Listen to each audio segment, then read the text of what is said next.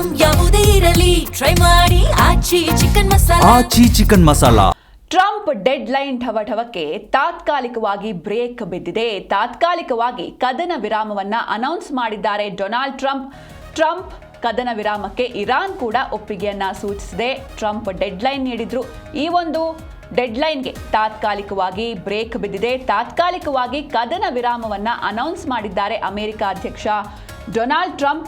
Iran ವಿರುದ್ಧ 2 ವಾರ ದಾಳಿಯನ್ನ ನಡೆಸಲ್ಲ ಎನ್ನುವಂತ ಹೇಳಿಕೆಯನ್ನ ನೀಡಿದ್ದಾರೆ. ಟ್ರಂಪ್ ಕದನ ವಿರಾಮಕ್ಕೆ ಇರಾನ್ ಕೂಡ ಒಪ್ಪಿಗೆಯನ್ನ ನೀಡಿದೆ. ದ್ವಿಪಕ್ಷೀಯ ಕದನ ವಿರಾಮ ಅಂತ ಡೊನಾಲ್ಡ್ ಟ್ರಂಪ್ ಅವರು ಹೇಳಿದ್ದಾರೆ. ಏಪ್ರಿಲ್ 10ರಂದು ಇಸ್ಲಾಮಾಬಾದ್ನಲ್ಲಿ ಸಂಧಾನ ಸಭೆ ಕೂಡ ನಡೆಯುತ್ತೆ. ಇರಾನ್ ಮೇಲಿನ ಯೋಜಿತ ಬಾಂಬ್ ದಾಳಿಯನ್ನ ಪೋಸ್ಟ್ಪೋನ್ ಮಾಡಲಾಗಿದೆ. ಅಂದರೆ ಈಗ 2 ವಾರಗಳ ಕಾಲ ಕದನ ವಿರಾಮ ಇದೆ. ಹೀಗಾಗಿ ಈ ಒಂದು ಟೈಮ್ನಲ್ಲಿ ಯಾವ ರೀತಿ ನಿಲುವು ರಾಷ್ಟ್ರಗಳು ತಗೊಳ್ಳುತ್ತೆ ಅದರ ಮೇಲೆ ಮುಂದಿನ ನಿರ್ಧಾರವನ್ನು ಕೈಗೊಳ್ಳಲಾಗುತ್ತೆ. ಹೀಗಾಗಿ ಇರಾನ್ ಮೇಲಿನ ಯೋಜಿತ ಬಾಂಬ್ ದಾಳಿಯನ್ನು ಪೋಸ್ಟ್ಪೋನ್ ಮಾಡಲಾಗಿದೆ. ಟ್ರೂತ್ ಜಾಲತಾಣದಲ್ಲಿ ಈ ಬಗ್ಗೆ ಒಂದು ಸುದೀರ್ಘವಾದಂತಹ ಪೋಸ್ಟ್ನ ಹಂಚಿಕೊಂಡಿದ್ದಾರೆ ಅಮೆರಿಕ ಅಧ್ಯಕ್ಷ ಡೊನಾಲ್ಡ್ ಟ್ರಂಪ್. ನೀವು ಕೂಡ ಆ ಟ್ವೀಟ್ನ ನೋಡ್ತಾ ಇದ್ದೀರಾ ತೆರೆ ಮೇಲೆ. ಒಂದು ಡೆಡ್ಲೈನ್ ನೀಡಿದ್ರು. ರಾತ್ರಿ 8 ಗಂಟೆವರೆಗೆ ಡೆಡ್ಲೈನ್ನ ನೀಡಲಾಗಿತ್ತು. ಮಂಗಳವಾರ ರಾತ್ರಿ 8 ಗಂಟೆ ಒಳಗಡೆ ಹೋರ್ಮುಜ್ ಜಲಸಂಧಿ ಓಪನ್ ಮಾಡಬೇಕು. ಇಲ್ಲದೆ ಹೋದರೆ ಭಯಾನಕ ದಾಳಿಯನ್ನು ಇರಾನ್ ಫೇಸ್ ಮಾಡಬೇಕಾಗತ್ತೆ. ಜೊತೆಗೆ ರಾತ್ರಿ ಅಂದರೆ ಒಂದೇ ರಾತ್ರಿ ಇಡೀ ಇರಾನನ್ನೇ ಸಂಪೂರ್ಣವಾಗಿ ನಾವು ನಾಶ ಮಾಡ್ತೇವೆ. ಆ ರಾತ್ರಿ ಆ ಕರಾಳ ರಾತ್ರಿ ಹಿಂದೆ ಆಗಿರಬಹುದು ಎನ್ನುವಂಥ ಎಚ್ಚರಿಕೆಯನ್ನು ನೀಡಿದ್ರು. ಆದರೂ ಕೂಡ 8 ಗಂಟೆ ಆದರೂ ಯಾವುದೇ ರೀತಿ ರೆಸ್ಪಾನ್ಸ್ ಇರಾನ್ ಕಡೆಯಿಂದ ಬಂದಿರಲ್ಲ. ಆಗ ಮತ್ತೊಂದು ಟ್ವೀಟ್ ಮಾಡಿ ಎಚ್ಚರಿಕೆಯನ್ನು ನೀಡ್ತಾರೆ ಡೊನಾಲ್ಡ್ ಟ್ರಂಪ್ ಅವರು. ಅಂದರೆ ನಾವು ಕಾಯೋಷ್ಟು ಕಾದಿದ್ದೀವಿ, ಡೆಡ್ಲೈನ್ ಕೂಡ ಮುಗಿತಾ ಬಂತು, ಆದರೂ ಇರಾನ್ ಕಡೆಯಿಂದ ಯಾವುದೇ ರೆಸ್ಪಾನ್ಸ್ ಇಲ್ಲ. ಹೀಗಾಗಿ ನಾವು ಇರಾನ್ನ ನಾಗರಿಕತೆಯನ್ನು ಸಂಪೂರ್ಣವಾಗಿ ನಾಶ ಮಾಡ್ತೇವೆ. ಇವತ್ತು ರಾತ್ರಿ ಒಂದು ಭಯಾನಕ ದಾಳಿ ನಡೆಯುತ್ತೆ. ಅದರಲ್ಲಿ ಇಡೀ ಇರಾನ್ ದೇಶವೇ ಸಂಪೂರ್ಣವಾಗಿ ನಾಶವಾಗುತ್ತೆ. ಬಾಂಬ್ ದಾಳಿಯನ್ನು ಮಾಡ್ತೇವೆ ಅಂತ ಎಚ್ಚರಿಕೆಯನ್ನು ನೀಡಿದ್ರು. ಈ ಒಂದು ಎಚ್ಚರಿಕೆಯ ಬೆನ್ನಲ್ಲೇ ತಾತ್ಕಾಲಿಕ ಕದನ ವಿರಾಮವನ್ನು ಘೋಷಣೆ ಮಾಡಿದ್ದಾರೆ ಡೊನಾಲ್ಡ್ ಟ್ರಂಪ್. ಇದಕ್ಕೆ ಇರಾನ್ ಕೂಡ ಒಪ್ಪಿಗೆಯನ್ನು ನೀಡಿದೆ. ದ್ವಿಪಕ್ಷೀಯ ಕದನ ವಿರಾಮ ಅಂತ ಹೇಳಿದ್ದಾರೆ ಟ್ರಂಪ್. ಹೋರ್ಮುಜ್ನಲ್ಲಿ ಮುಕ್ತ ಸಂಚಾರಕ್ಕೆ ಇರಾನ್ ಒಪ್ಪಿಗೆಯನ್ನ ನೀಡಿದೆ.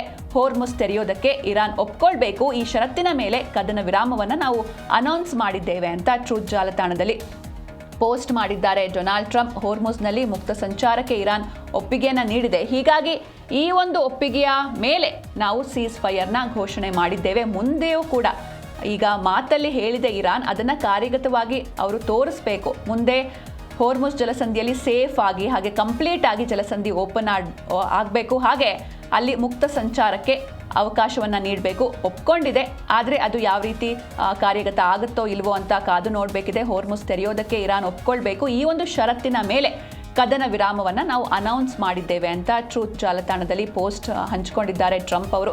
ಅಂದರೆ ಈ ಯುದ್ಧ ಆರಂಭ ಆಗಿದ್ದೇ ಬೇರೆ ಉದ್ದೇಶಕ್ಕೆ, ಆದರೆ ಇವಾಗ ಕೊನೆಗೆ ಬಂದು ನಿಂತಿರೋದೆ ಮತ್ತೊಂದು ಉದ್ದೇಶಕ್ಕೆ. ಅಂದರೆ ಹೋರ್ಮುಜ್ ಜಲಸಂಧಿ ವಿಚಾರವಾಗಿ ಸದ್ಯಕ್ಕೆ ಈ ಯುದ್ಧ ಬಂದು ನಿಂತಿರುವಂಥದ್ದು. ಆದರೆ ಸ್ಟಾರ್ಟಿಂಗ್ ನಾವು ನೋಡಿದಾಗ ಇರಾನ್ನಲ್ಲಿ ನ್ಯೂಕ್ಲಿಯರ್ ಸ್ಟೇಷನ್ಸ್ಗಳಿದೆ, ಇರಾನ್ ನ್ಯೂಕ್ಲಿಯರ್ ಪವರನ್ನು ಹೊಂದಿದೆ ಎನ್ನುವಂಥ ವಿಷಯಕ್ಕೆ ದಾಳಿಯನ್ನು ಆರಂಭಿಸಲಾಯಿತು. ಅಣ್ವಸ್ತ್ರವನ್ನು ಯಾವುದೇ ಕಾರಣಕ್ಕೂ ಇರಾನ್ ಹೊಂದಬಾರದು ಎನ್ನುವಂಥ ನಿಟ್ಟಿನಲ್ಲಿ ದಾಳಿಯನ್ನು ಮಾಡಲಾಯಿತು. ಅದೇ ರೀತಿ ನಾವು ಕಳೆದ ವರ್ಷವೂ ಕೂಡ ನೋಡಿದ್ವಿ. 10 ದಿನಗಳ ಕಾಲ ಇರಾನ್ ಹಾಗೂ ಇಸ್ರೇಲ್ ನಡುವೆ ಯುದ್ಧ ಆಗಿರುತ್ತೆ. ಅದಕ್ಕೂ ಮೇನ್ ರೀಸನ್ ಇದೆ. ಅವರಾಗ ನ್ಯೂಕ್ಲಿಯರ್ ಪವರ್ ಪ್ಲಾಂಟ್ಸ್ನೇ ಟಾರ್ಗೆಟ್ ಮಾಡಿ, ಇಸ್ಫಹಾನ್ ಆಗಿರ್ಬೋದು, ಹೀಗೆ ಬೇರೆ ಬೇರೆ ಕಡೆ ಎಲ್ಲೆಲ್ಲಿ ಸ್ಥಾವರಗಳಿದೆ, ಅಣುಸ್ಥಾವರಗಳು, ಅದನ್ನು ಟಾರ್ಗೆಟ್ ಮಾಡಿ ಅಟ್ಯಾಕ್ ಮಾಡೋದಕ್ಕೆ ಮುಂದಾಗಿದ್ರು. ಆಗ ಶಾಂತಿ ದೂತನಂತೆ ಇದೇ ಅಮೆರಿಕ ಅಧ್ಯಕ್ಷ ಡೊನಾಲ್ಡ್ ಟ್ರಂಪ್ ಅವರು ಮಧ್ಯಪ್ರವೇಶಿಸಿ ಕದನವನ್ನು ಅಥವಾ ಯುದ್ಧವನ್ನು ನಿಲ್ಲಿಸಿದ್ರು. ಈಗ ಅದೇ ವಿಚಾರಕ್ಕೆ ಫೆಬ್ರವರಿ 28ನೇ ತಾರೀಕು ಯುದ್ಧ ಆರಂಭ ಆಯಿತು. ಅಂದರೆ ಅಣ್ವಸ್ತ್ರವನ್ನು ಹೊಂದಬಾರದು ಇರಾನ್ ಎನ್ನುವಂಥ ನಿಟ್ಟಿನಲ್ಲಿ ಆರಂಭ ಆಯಿತು. ಹಾಗೆ ಸುಪ್ರೀಂ ಲೀಡರ್ ಖಮೇನಿಯ ಹತ್ಯೆ ಆಗಬೇಕು ಎನ್ನುವಂಥ ನಿಟ್ಟಿನಲ್ಲಿ ಯುದ್ಧ ಆರಂಭ ಆಯಿತು. ಆದರೆ ಫಸ್ಟ್ ಡೇನೇ ಖಮೇನಿ ಹತ್ಯೆಯಾಯಿತು. ತದನಂತರದಲ್ಲಿ ಯುದ್ಧ ನಿರಂತರವಾಗಿ ಸಾಕ್ತು. ಇರಾನ್ ಕೂಡ ಕೌಂಟರ್ ಅಟ್ಯಾಕ್ ಮಾಡೋದಕ್ಕೆ ಶುರು ಮಾಡ್ತು. 1 ತಿಂಗಳ ಕಾಲ ಯುದ್ಧ ನಡೀತು. ಹಾಗೆ ಹೋರ್ಮುಜ್ ಜಲಸಂಧಿಯನ್ನು ಕ್ಲೋಸ್ ಮಾಡ್ತು ಇರಾನ್. ಅಂದರೆ ಅದಕ್ಕೆ ಯಾರೆಲ್ಲ ಮಿತ್ರ ರಾಷ್ಟ್ರಗಳಿದೆ, ಭಾರತ ಆಗಿರ್ಬೋದು, ಪಾಕಿಸ್ತಾನ ಆಗಿರ್ಬೋದು, ಇಲ್ಲಿಗೆ ಮಾತ್ರ ಜಲಸಂಧಿ ಓಪನ್ ಇತ್ತು.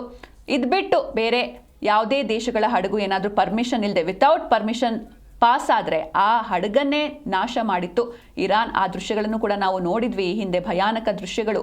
ಹೀಗಾಗಿ ಇದಾದ ಮೇಲೆ ಡೆಡ್ಲೈನ್ನ ನೀಡ್ತಾರೆ ಟ್ರಂಪ್ ಅವರು. ಹೋರ್ಮುಜ್ ಜಲಸಂಧಿಯನ್ನು ನೀವು ಓಪನ್ ಮಾಡಬೇಕು ಅಂತ ಹೇಳ್ತಾರೆ. ಹಾಗೆ ಇನ್ನೊಂದು ಕಡೆ ಅದರ ಬೆನ್ನಲ್ಲೇ ಡೆಡ್ಲೈನ್ನ ಬೆನ್ನಲ್ಲೇ ಒಂದು ಸುದ್ದಿಗೋಷ್ಠಿಯನ್ನು ನಡೆಸಿದ್ರು. ಹೋರ್ಮುಜ್ ಜಲಸಂಧಿ ನಮಗೆ ಬೇಕಾಗಿಲ್ಲ, ಅಮೆರಿಕಾಗೆ ಅದರ ಅಗತ್ಯತೆ ಇಲ್ಲ, ಯಾವೆಲ್ಲ ದೇಶಗಳಿಗೆ ಅದರ ಅಗತ್ಯ ಇದೆ ಅವ್ರು ಮಾತ್ರ ಒಂದು ಡಿಸಿಷನ್ ತಗೊಂಡು ಅದನ್ನು ಓಪನ್ ಮಾಡಿಸೋದಕ್ಕೆ ನೀವು ಟ್ರೈ ಮಾಡಬಹುದು ಎನ್ನುವಂಥ ಹೇಳಿಕೆಯನ್ನು ನೀಡಿದ್ರು. ಅಂದರೆ ದಿನಕ್ಕೊಂದು ಹೇಳಿಕೆ, ಕ್ಷಣಕ್ಕೊಂದು ಹೇಳಿಕೆ ಟ್ರಂಪ್ ಕಡೆಯಿಂದ ಬರ್ತಾನೆ ಇತ್ತು.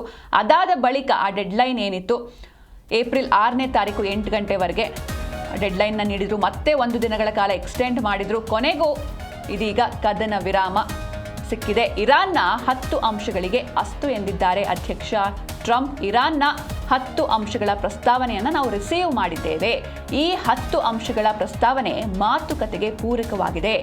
ಶಾಂತಿ ಒಪ್ಪಂದವನ್ನು ಮಾಡಿಕೊಳ್ಳೋದಕ್ಕೆ ಇದು ಪೂರಕವಾಗಿದೆ. ದೀರ್ಘಕಾಲೀನ ಸಮಸ್ಯೆ ಒಂದು ಪರಿಹಾರದ ಹಂತಕ್ಕೆ ಇದೀಗ ತಲುಪಿದೆ. ಪರಿಹಾರದ ಹಂತಕ್ಕೆ ತಲುಪಿದ್ದು ಒಂದು ರೀತಿ ಸಂತೋಷದ ವಿಷಯ ಅಂತ ಟ್ರೂತ್ನಲ್ಲಿ ಪೋಸ್ಟ್ ಹಾಕಿದ್ದಾರೆ ಅಧ್ಯಕ್ಷ ಟ್ರಂಪ್. ಇರಾನ್ನ 10 ಅಂಶಗಳಿಗೆ ಅಸ್ತು ಅಂದಿದ್ದಾರೆ. ಇರಾನ್ನ 10 ಅಂಶಗಳ ಪ್ರಸ್ತಾವನೆಯನ್ನು ನಾವು ಸ್ವೀಕರಿಸಿದ್ದೇವೆ. ಈ 10 ಅಂಶಗಳ ಪ್ರಸ್ತಾವನೆ ಮಾತುಕತೆಗೆ ಪೂರಕವಾಗಿದೆ. ಶಾಂತಿ ಒಪ್ಪಂದವನ್ನು ಮಾಡಿಕೊಳ್ಳೋದಕ್ಕೆ ಪೂರಕವಾಗಿದೆ. ದೀರ್ಘಕಾಲೀನ ಸಮಸ್ಯೆ ಪರಿಹಾರದ ಹಂತಕ್ಕೆ ತಲುಪಿದೆ. ಹೀಗಾಗಿ ಈ ಒಂದು ಏನು ಈ ಸ್ಟೇಜ್ಗೆ ಇದು ತಲುಪಿರೋದು ಸಂತೋಷದ ವಿಷಯ ಅಂತ ಟ್ರೂತ್ನಲ್ಲಿ ಪೋಸ್ಟ್ ಹಾಕಿ ಅಧ್ಯಕ್ಷ ಟ್ರಂಪ್ ರಿಯಾಕ್ಟ್ ಮಾಡಿದ್ದಾರೆ. ಈ ಒಂದು ಯುದ್ಧದಿಂದ ಸಾಕಷ್ಟು ಸಾವು ನೋವುಗಳು ಕೂಡ ಸಂಭವಿಸಿತ್ತು. ಪ್ರಮುಖವಾಗಿ ಇಸ್ರೇಲ್ ಹಾಗೂ ಅಮೆರಿಕ ಮೇನ್ ಆಗಿ ಟಾರ್ಗೆಟ್ ಮಾಡಿದೆ ಅಲ್ಲಿರುವಂತಹ ಶಾಲೆಗಳನ್ನು ಅಥವಾ ವಿಶ್ವವಿದ್ಯಾಲಯಗಳನ್ನು, ಹಾಸ್ಪಿಟಲ್ಗಳನ್ನು ಈ ರೀತಿ ಟಾರ್ಗೆಟ್ ಮಾಡಿ ಅಲ್ಲಿ 2,000ಕ್ಕೂ ಹೆಚ್ಚು ಮಂದಿ ಇರಾನ್ನಲ್ಲಿ ಈಗಾಗಲೇ ಪ್ರಾಣವನ್ನು ಕಳ್ಕೊಂಡಿದ್ದಾರೆ. ನಿನ್ನೆ ಕೂಡ ನಾವು ನೋಡಿದ್ವಿ, ಒಂದು ವಿಶ್ವವಿದ್ಯಾಲಯದ ಮೇಲೆ ದಾಳಿಯನ್ನು ಮಾಡಲಾಗಿದೆ, ಅಲ್ಲಿ 34 ಜನ ಸಾವನ್ನಪ್ಪಿದ್ದಾರೆ. ಈ ರೀತಿ ನಾಗರಿಕರನ್ನೇ ಟಾರ್ಗೆಟ್ ಮಾಡಿ ಇಸ್ರೇಲ್ ಹಾಗೂ ಅಮೆರಿಕ ದಾಳಿಯನ್ನು ಮಾಡಿತ್ತು. ಅದಾದಮೇಲೆ ಸೀಸ್ ಫೈರ್, ಅದೇ 10 ದಿನಗಳ ಕಾಲ ಡೆಡ್ಲೈನನ್ನು ನೀಡಲಾಗಿತ್ತು. ಈ ಡೆಡ್ಲೈನ್ ನೀಡುವಂತಹ ಸಂದರ್ಭದಲ್ಲಿ ಒಂದು 15 ವಿಷಯಗಳನ್ನು, ಪ್ರಸ್ತಾವನೆಗಳನ್ನು ಅಮೆರಿಕ ಇರಾನ್ ಮುಂದೆ ಇಟ್ಟಿತ್ತು. ಇದಕ್ಕೆ ಪಾಕಿಸ್ತಾನ ಮಧ್ಯಸ್ಥಿಕೆಯನ್ನು ವಹಿಸಿತ್ತು. ಆದರೆ ಇದನ್ನು ಇರಾನ್ ರಿಜೆಕ್ಟ್ ಮಾಡಿತ್ತು. ಯಾವುದೇ ಕಾರಣಕ್ಕೂ ನಾವು ಆ ಒಂದು 15 ಪ್ರಸ್ತಾವನೆಗಳನ್ನು ನಾವು ಒಪ್ಪೋದಿಲ್ಲ. ಅದರಲ್ಲಿ ಒಂದಿಷ್ಟು ಉಲ್ಲೇಖಿಸಲಾಗಿತ್ತು. ಅಂದರೆ ಈ ಯುದ್ಧ ಆರಂಭ ಮಾಡೋದಕ್ಕೆ ಏನು ಉದ್ದೇಶ ಇತ್ತು ಅಂದರೆ ಅಣ್ವಸ್ತ್ರವನ್ನು ಇರಾನ್ ಹೊಂದಬಾರ್ದು ಎನ್ನುವಂಥ ಉದ್ದೇಶದಿಂದನೇ ಈ ಯುದ್ಧ ಆರಂಭವಾಗಿತ್ತು. ಆ ಪ್ರಸ್ತಾವನೆಯಲ್ಲೂ ಕೂಡ ಅದನ್ನೇ ಮೆನ್ಷನ್ ಮಾಡಲಾಗಿತ್ತು. ಆದರೆ ಅದನ್ನು ರಿಜೆಕ್ಟ್ ಮಾಡಿತ್ತು ಇರಾನ್. ಈಗ ಇರಾನ್ ಸಿದ್ಧಪಡಿಸಿರುವಂಥ 10 ಅಂಶಗಳ ಪ್ರಸ್ತಾವನೆಯನ್ನು ಅಮೆರಿಕ ಒಪ್ಕೊಂಡಿದೆ. ಹಾಗಾದರೆ ಇರಾನ್ ಸಿದ್ಧಪಡಿಸಿರುವ 10 ಅಂಶಗಳ ಪ್ರಸ್ತಾವನೆ ಏನು ಅಂತ ನೋಡ್ತಾ ಹೋಗೋದಾದರೆ, ಹೋರ್ಮುಜ್ ಜಲಸಂಧಿಯಲ್ಲಿ ಮುಕ್ತ ಸಂಚಾರಕ್ಕೆ ನಾವು ಅನುಕೂಲವನ್ನು ಮಾಡಿಕೊಡ್ತೇವೆ. ಪ್ರತಿರೋಧದ ಅಕ್ಷದ ಮೇಲಿನ ಯುದ್ಧವನ್ನು ನೀವು ಅಂತ್ಯಗೊಳಿಸಬೇಕು. ಯುದ್ಧವನ್ನು ನೀವು ಕಂಪ್ಲೀಟ್ ಆಗಿ ಅಂತ್ಯಗೊಳಿಸಬೇಕು. ಯಾವುದೇ ಕಾರಣಕ್ಕೂ ಮತ್ತೆ ಇರಾನ್ ಮೇಲೆ ದಾಳಿಯನ್ನು ಮಾಡಬಾರ್ದು. ಹಾಗೆ ತನ್ನ ಪ್ರದೇಶದ ಮೇಲೆ ಅಮೆರಿಕಾದ ಪಡೆಗಳನ್ನು ನೀವು ಹಿಂಪಡಿಬೇಕು. ಹೋರ್ಮುಜ್ನಲ್ಲಿ ಸುರಕ್ಷಿತ ಸಾರಿಗೆ ಪ್ರೋಟೋಕಾಲ್ ಅನ್ನು ಉಭಯ ದೇಶಗಳು ಕೂಡ ಸ್ಥಾಪಿಸಬೇಕು. ಇರಾನ್ಗೆ ಇಲ್ಲಿವರೆಗೂ 1 ತಿಂಗಳಿಗೂ ಹೆಚ್ಚು ಕಾಲ ನಡೆದಿರುವಂತಹ ಯುದ್ಧ. ಹೀಗಾಗಿ ಇರಾನ್ಗೆ ಆಗಿರುವ ನಷ್ಟದ ಸಂಪೂರ್ಣ ಹಣವನ್ನು ನೀವು ಪಾವತಿಸಬೇಕು. ಎಲ್ಲ ಪ್ರಾಥಮಿಕ ಮತ್ತು ದ್ವಿಪಕ್ಷೀಯ ನಿರ್ಬಂಧವನ್ನು ರದ್ದುಗೊಳಿಸಬೇಕು. ಇರಾನ್ನ ಎಲ್ಲ ಆಸ್ತಿ ಮತ್ತು ಸ್ವತ್ತುಗಳನ್ನು ರಿಲೀಸ್ ಮಾಡಬೇಕು. ಇರಾನ್ನ ಭದ್ರತಾ ಮಂಡಳಿಯ ಬದ್ಧ ನಿರ್ಣಯವನ್ನು ಅಂಗೀಕರಿಸಬೇಕು ಅಂತ 10 ಪ್ರಸ್ತಾವನೆಗಳನ್ನು ಇರಾನ್ ಅಮೆರಿಕಾದ ಮುಂದಿಟ್ಟಿದೆ. ಅದನ್ನು ವೆಲ್ಕಮ್ ಕೂಡ ಮಾಡಿದ್ದಾರೆ ಅಮೆರಿಕ ಅಧ್ಯಕ್ಷ ಡೊನಾಲ್ಡ್ ಟ್ರಂಪ್. ಹೌದು, ಈ ಒಂದು 10 ಪ್ರಸ್ತಾವನೆಗಳು ಏನಿದೆ ಇವು ಮಾತುಕತೆಗೆ ಪೂರಕವಾಗಿದೆ. ಶಾಂತಿ ಒಪ್ಪಂದವನ್ನು ಮಾಡೋದಕ್ಕೆ ಇದು ಪೂರಕವಾಗಿದೆ. ದೀರ್ಘಕಾಲೀನ ಸಮಸ್ಯೆ ಇದೀಗ ಪರಿಹಾರದ ಹಂತಕ್ಕೆ ತಲುಪಿದೆ. ಇದು ಸಂತೋಷದ ವಿಷಯ ಅಂತ ಡೊನಾಲ್ಡ್ ಟ್ರಂಪ್ ರಿಯಾಕ್ಟ್ ಮಾಡಿದ್ದಾರೆ. ಇನ್ನು ಒಂದೊಂದೇ ಅಂದರೆ ಪ್ರಸ್ತಾವನೆಯನ್ನು ಡೀಟೇಲ್ ಆಗಿ ನೋಡ್ತಾ ಹೋಗೋದಾದರೆ, ಮೊದಲನೇದಾಗಿ ಹೋರ್ಮುಜ್ ಜಲಸಂಧಿಯಲ್ಲಿ ನಿಯಂತ್ರಿತವಾದಂತಹ ಸಂಚಾರವನ್ನು ಅಥವಾ ಮುಕ್ತ ಸಂಚಾರಕ್ಕೆ ನಾವು ಒಪ್ಪಿಗೆಯನ್ನು ನೀಡ್ತೇವೆ ಅಂತ ಇರಾನ್ ಹೇಳಿದೆ. ಇರಾನಿನ ಸಶಸ್ತ್ರ ಪಡೆಗಳ ಸಮನ್ವಯದೊಂದಿಗೆ ಹೋರ್ಮುಜ್ ಜಲಸಂಧಿಯ ಮೂಲಕ ನಿಯಂತ್ರಿತ ಸಂಚಾರಕ್ಕೆ ಅವಕಾಶವನ್ನು ನೀಡಲಾಗುತ್ತೆ. ಇದು ಇರಾನ್ಗೆ ವಿಶಿಷ್ಟವಾದ ಆರ್ಥಿಕ ಮತ್ತು ಭೌಗೋಳಿಕ ರಾಜಕೀಯ ಸ್ಥಾನಮಾನವನ್ನು ನೀಡುತ್ತೆ. ಹಾಗೆ ಎರಡನೇದಾಗಿ ಪ್ರತಿರೋಧದ ಅಕ್ಷರದ ಮೇಲಿನ ಯುದ್ಧವನ್ನು ಅಂತ್ಯಗೊಳಿಸಬೇಕು. ಅಂದರೆ ಎಲ್ಲ ಘಟಕಗಳ ವಿರುದ್ಧದ ಯುದ್ಧವನ್ನು ಕೊನೆಗೊಳಿಸಬೇಕು. ಅಂದರೆ ಮೇನ್ ಆಗಿ ಇವರು ವಿದ್ಯುತ್ ಘಟಕಗಳು ಅಥವಾ ಇಂಧನ ಘಟಕಗಳು ಇದರ ಮೇಲೆ ಟಾರ್ಗೆಟ್ ಮಾಡ್ತಾ ಇದ್ರು. ಹೀಗಾಗಿ ಇದನ್ನು ನಿಲ್ಲಿಸಬೇಕು ಅಂತ ಇನ್ನು ಟೋಟಲ್ ಆಗಿ 10 ಪ್ರಸ್ತಾವನೆ ಸಲ್ಲಿಕೆಯಾಗಿದೆ. ಇದನ್ನು ಸ್ವಾಗತಿಸಿದ್ದಾರೆ ಅಥವಾ ಇದಕ್ಕೆ ಒಪ್ಕೊಂಡಿದ್ದಾರೆ ಅಮೆರಿಕ ಅಧ್ಯಕ್ಷ ಡೊನಾಲ್ಡ್ ಟ್ರಂಪ್.